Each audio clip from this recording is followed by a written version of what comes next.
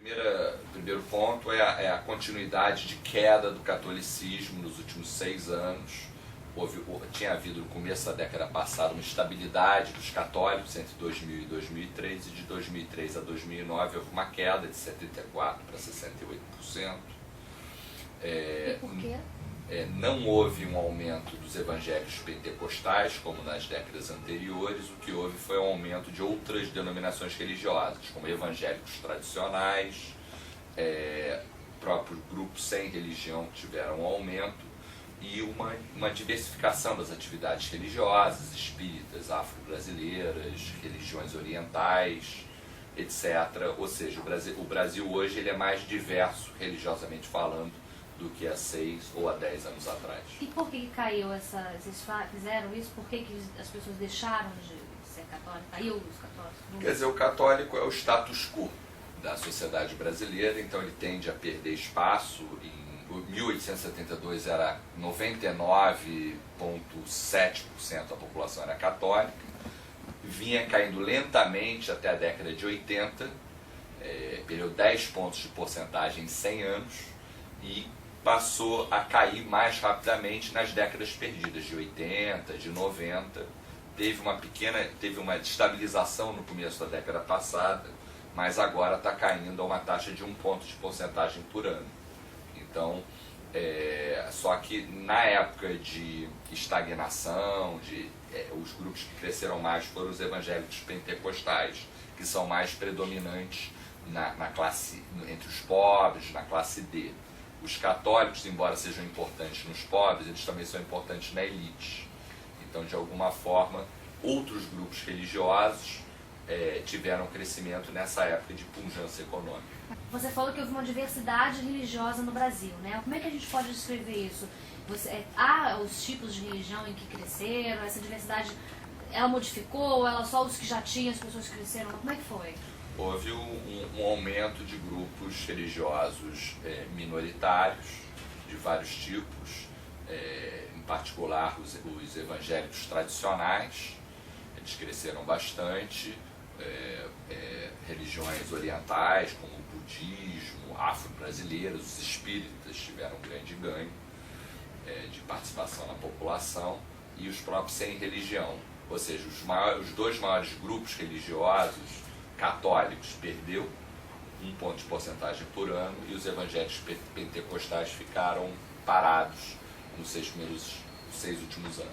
E o tradicional aumentou? Aumentou. Houve um aumento dos evangélicos, mais pelas vias dos tradicionais. Quais os estados mais e menos católicos? O estado mais católico da federação é o Piauí.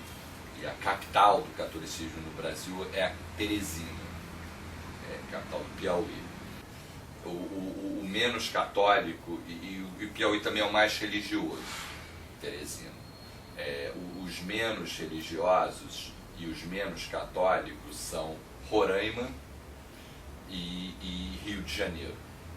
São os menos católicos e menos religiosos. No Rio de Janeiro, no estado do Rio de Janeiro, você tem a maior participação de espíritas do Brasil, de pessoas de denominação afro-brasileira, de religiões afro-brasileiras, o segundo maior de religiões orientais, só perde para São Paulo. Então, se a gente analisar o estado com maior participação de evangélicos pentecostais, sem dúvida é o Acre, disparado. Das evangélicos tradicionais é o Espírito Santo. Vai ser mais ou menos o mapa das religiões brasileiras. E assim, qual é a religião com maior peso na nova classe média brasileira e entre os pobres? Se a gente analisar por classe econômica, os católicos e os sem religião são muito predominantes nos extremos da distribuição, ou seja, entre os pobres e na classe AB. A classe D e também é muito dos evangélicos pentecostais. Os evangélicos tradicionais estão muito presentes na nova classe média, na classe C, na classe emergente. Então esse é mais ou menos o mapa das religiões econômicas. E em relação a mulher e homem? As mulheres elas são mais religiosas que os homens, desde sempre. Agora, hoje elas são menos católicas que os homens, apesar de mais religiosas. 1940 não era assim, mas nos últimos anos as mulheres se tornaram menos católicas que os homens. Se você abrir por as 25 denominações religiosas mais importantes, as mulheres são sempre mais importantes em cada uma delas do que os homens, a não ser nas católicas. E como a religião ela é passada das mães para as filhas e os filhos, o fato das mulheres estarem menos católicas permite prever uma continuidade da queda do catolicismo no Brasil, e inclusive houve uma grande redução do catolicismo na juventude e na infância brasileira, foi onde houve a maior perda, e a infância e a adolescência são retratos do futuro do país. Então se espera uma continuidade dessa redução do catolicismo, embora não para grupos pentecostais, como nos últimos anos, mas para outros grupos religiosos. Então a projeção é de continuação da queda. Continuação da queda. Hoje, pouco mais de 2/3 da população brasileira é católica e 69% da renda no Brasil está na mão de católicos, porque embora eles sejam muito importantes nos grupos mais pobres, eles também são muito importantes nos grupos de renda mais alta. De mais importante que aquelas coisas que você falou no início, né? Mas tem alguma coisa que te surpreendeu, você como pesquisador, que você... Eu acho, quer dizer, que a queda católica é sempre surpreendente, se voltou a um nível de queda da década de 90, essa queda na juventude também foi muito importante, foi muito surpreendente, porque é um retrato do futuro, mas talvez o que tenha mais me surpreendido seja o não avanço dos evangélicos pentecostais, conforme nas décadas anteriores.